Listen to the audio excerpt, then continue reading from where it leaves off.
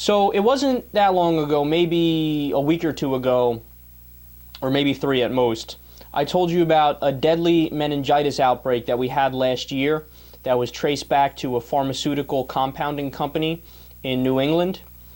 So the FDA, in response to that, called a hearing in D.C. to address the issue and explain the details and what we can do to prevent future problems, and they were doing that in front of a committee, right?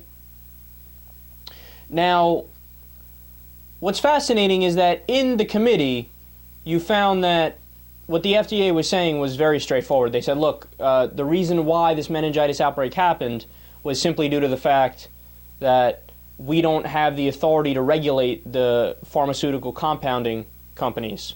Now, why don't they have that ability? This is where it gets really interesting.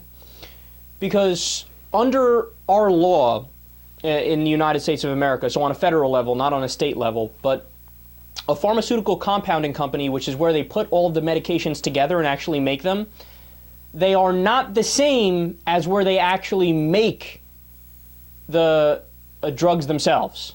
You see what I'm saying? So at one place they make the drugs, the compounding company is where they put the ingredients together. And the only place that the FDA is allowed to regulate is the place that actually makes the drugs, not the compounding facility where they put them together. So what the FDA was saying is, look, all we need is the ability to regulate these places and the problem will be solved. Because the problem was that the meningitis outbreak was linked to unsanitary conditions at the compounding facility. Some of them had rust and mold and fungus and all other problems that you would think are no-brainers that people need to watch out for. Well, that's what happens in an environment that's deregulated. Now, to add on top of that, the even more maddening part about it, you want to know why we have that subset in our law? Why there's that loophole in our law? Because the pharmaceutical companies lobbied for that. Why? Because it saves them money. If you don't have the FDA looking over your shoulder at the compounding facilities, then you can get away with more, right? But the negative consequences is that, hey, sometimes, look, you had a meningitis outbreak. Doesn't that suck? Well, the Republicans on the committee, amazingly, man, they came out and said, yeah, we don't care. Nope, we're not going to give you the ability to regulate the compounding facilities. There's got to be another way to deal with this. I'm not kidding. When I told you guys this story a few weeks ago, even I was surprised by that. Like, whoa, how do you not realize people are going to talk about this in the media? You're going to be viewed as the Pro Meningitis Party. Well, you think that was bad. Now, not just the Republicans on that committee, on those committees said that. National Republicans said that.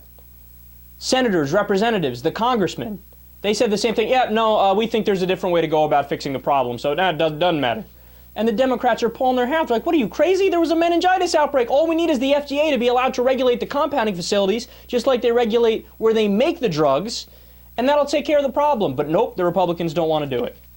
So now the states, the individual states, were watching what was going on in the federal government, and they were sure that the federal government was going to do something. They were positive. They're like, oh, come on, how could they not pass regulations? Look at what's going on here, right? When they found out that they didn't pass anything and they don't plan on addressing it because of the Republican obstructionism, you know who's now picking up the mantle to try to get regulation passed? The individual states, both Democrats and Republicans. So do you see what's going on here? The Republicans on the national level, they are so extreme, so radical, so anti-government in every aspect, even when it comes to basic regulation of the marketplace to prevent meningitis, that even the state Republicans are like, wow, don't put me in league with those guys.